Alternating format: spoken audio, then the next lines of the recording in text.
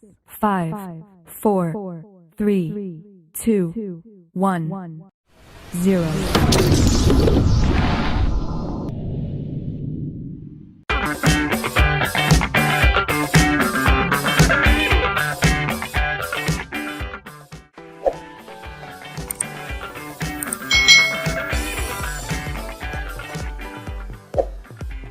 Hai, selamat datang di channel YouTube Kak Citra. Apa kabar adik-adik semuanya? Kak Citra berharap kalian dalam keadaan yang baik, sehat, dan siap untuk belajar ya. Hari ini kita akan belajar bersama-sama untuk mata pelajaran tematik kelas 3. Kita belajar di tema 7, perkembangan teknologi, subtema 1, perkembangan teknologi produksi pangan, pembelajaran yang ke-6. Mari adik-adik kita belajar dengan penuh semangat ya.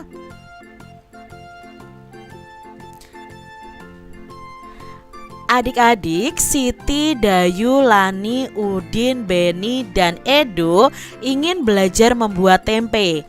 Di sekitar tempat tinggal mereka ada tempat pengolahan tempe adik-adik.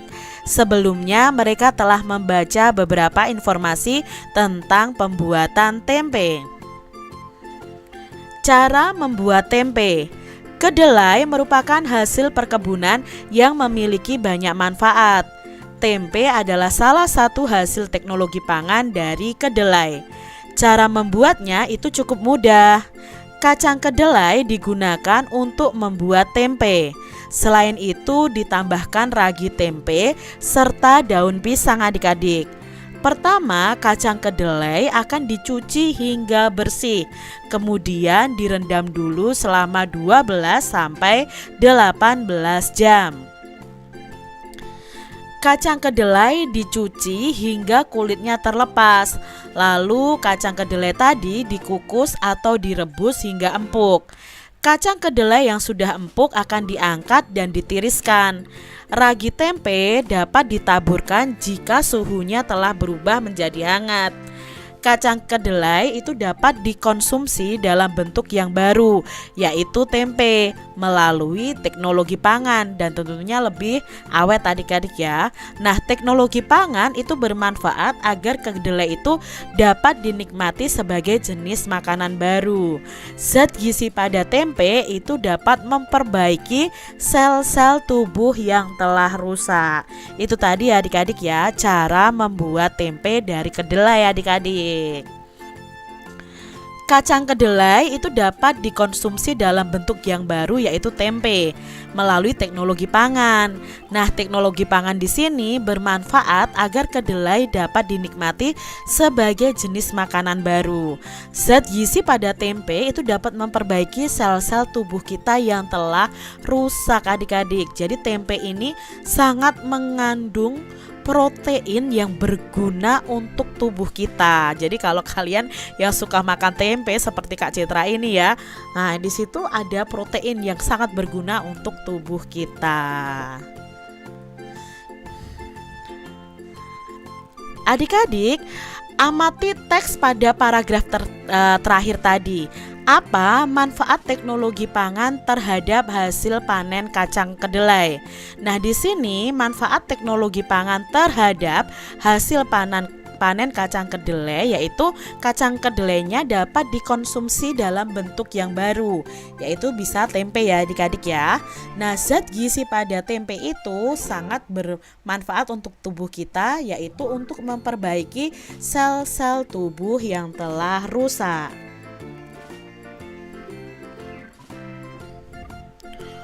Lengkapi kalimat di bawah ini. Gunakan kata-kata dalam kotak untuk membantu kalian adik-adik.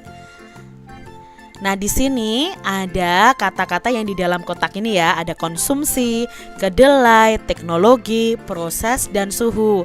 Lalu di sini ada bacaan rumpang. Nah, kita akan mengisi yang kosong ini, garis yang kosong atau titik-titik ini nanti dengan kata-kata yang sudah disediakan. Yuk kita baca bersama adik-adik. Tempe merupakan salah satu makanan yang diolah melalui teknologi pangan.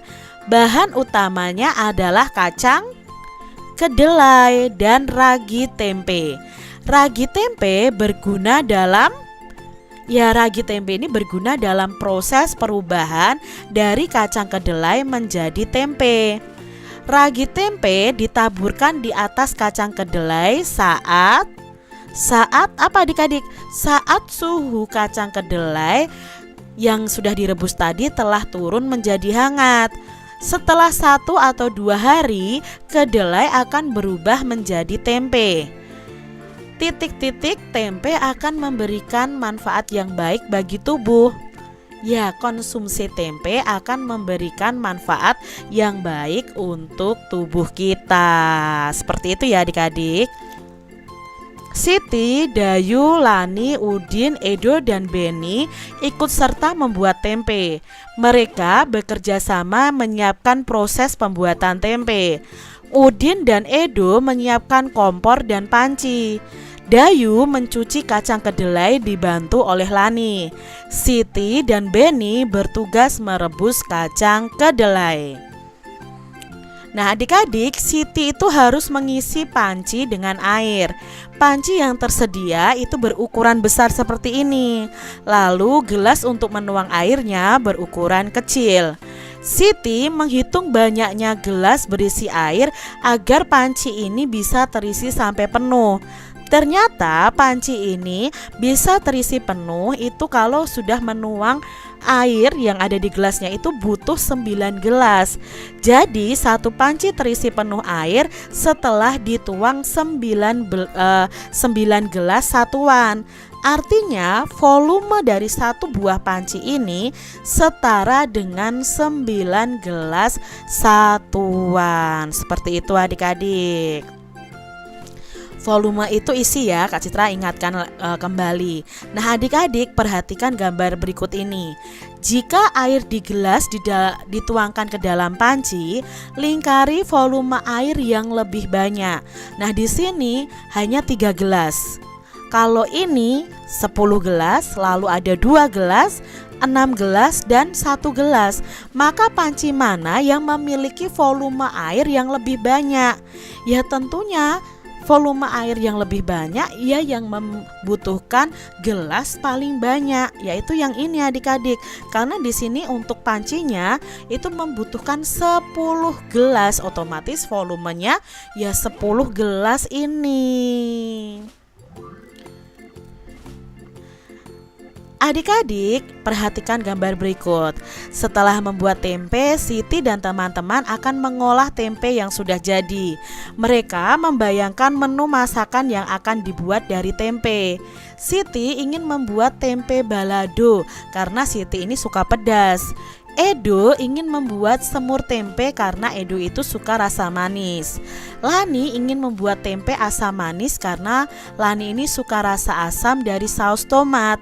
Beni, Dayu, dan Udin lebih suka tempe yang digoreng, rasanya asin dan gurih. Siti memaksa ingin membuat tempe balado. Demikian pula, Edo tetap bertahan ingin membuat semur tempe. Karena tidak ada yang mau mengalah, hampir saja tempe tidak jadi diolah adik-adik.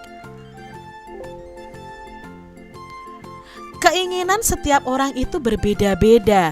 Jika setiap orang memaksakan kehendak seperti Siti dan Edo tadi, akan terjadi pertengkaran. Akhirnya Siti dan teman-teman berdiskusi untuk menentukan jenis makanan yang akan dibuat. Siti tidak ingin memaksakan kehendaknya. Siti paham bahwa tidak semua orang itu suka pedas. Siti memiliki tenggang rasa terhadap teman-temannya. Begitu pula Edo dan Lani. Mereka tidak memaksakan keinginan pribadi. Dari hasil diskusi, semua sepakat untuk membuat tempe mendoan adik-adik. Nah, perbedaan sifat dan kebiasaan itu dapat saja menimbulkan pertengkaran jika tidak ada yang mau mengalah. Sikap itu tentunya tidak baik adik-adik. Nah, perbedaan sifat dan kebiasaan tidak akan menjadi masalah jika bertoleransi terhadap sifat dan kebiasaan orang lain juga. Nah, tenggang rasa sendiri adalah sikap mau memahami keadaan orang lain. Diskusikan dengan teman-temanmu nih adik-adik mengenai hal yang baik dan tidak baik yang mungkin terjadi jika terdapat perbedaan sifat dan kebiasaan dari tiap orang. Nah, di sini adik-adik, hal yang baik dan hal yang buruk adanya perbedaan sifat dan kebiasaan tiap orang. Dengan adanya perbedaan sifat dan kebiasaan tiap orang, memunculkan sikap tenggang rasa, memahami perasaan orang lain, saling melengkapi satu sama lain, menghargai perbedaan, dan bisa memperluas wawasan. Sedangkan kemungkinan hal terburuknya adalah bisa berbeda pendapat, perang antar suku, memicu pertengkaran, memaksakan kehendak, dan tidak mau bersatu. Nah, adik-adik, amati hasil diskusi mengenai berbagai akibat dari adanya perbedaan sifat dan kebiasaan pada setiap orang. Nah, di sini ya ada berbagai akibat dari perbedaan sifat dan kebiasaan. Ada muncul sikap tenggang rasa, berbeda pendapat, bisa terjadi perang antar suku bangsa, memahami perasaan orang lain, saling melengkapi satu sama lain, memicu pertengkaran, menghargai perbedaan, memaksakan kehendak, memperkaya wawasan, dan tidak mau bersatu. Nah, dari semua yang dituliskan di sini, tuliskan kembali sikap yang perlu kita tiru dan yang harus kita hindari jika terdapat perbedaan sifat dan kebiasaan adik-adik. Di sini Kak Citra sudah mengelompokkan mana yang perlu ditiru dan yang tidak perlu ditiru atau harus kita hindari. Nah, yang perlu ditiru adalah muncul sikap tenggang rasa, memahami perasaan orang lain, saling melengkapi satu sama lain, menghargai perbedaan, dan memperkaya wawasan. Kalau yang dihindari adalah perang antar suku bangsa, berbeda pendapat, memicu pertengkaran, memaksakan kehendak, dan tidak mau bersatu. Jadi adik-adik, kalian harus tiru yang perlu ditiru ya, dan hindari yang perlu kita hindari. Demikian tadi adik-adik pembahasan kita di tema 7, subtema 1, pembelajaran yang ke-6. Semoga video pembelajaran ini bermanfaat untuk adik-adik semuanya, dan sampai jumpa lagi di video pembelajaran Kak Citra selanjutnya. Tuhan memberkati. Jangan lupa tekan tombol subscribe, lalu tekan loncengnya, tekan juga tombol like, lalu share ke media sosial kalian.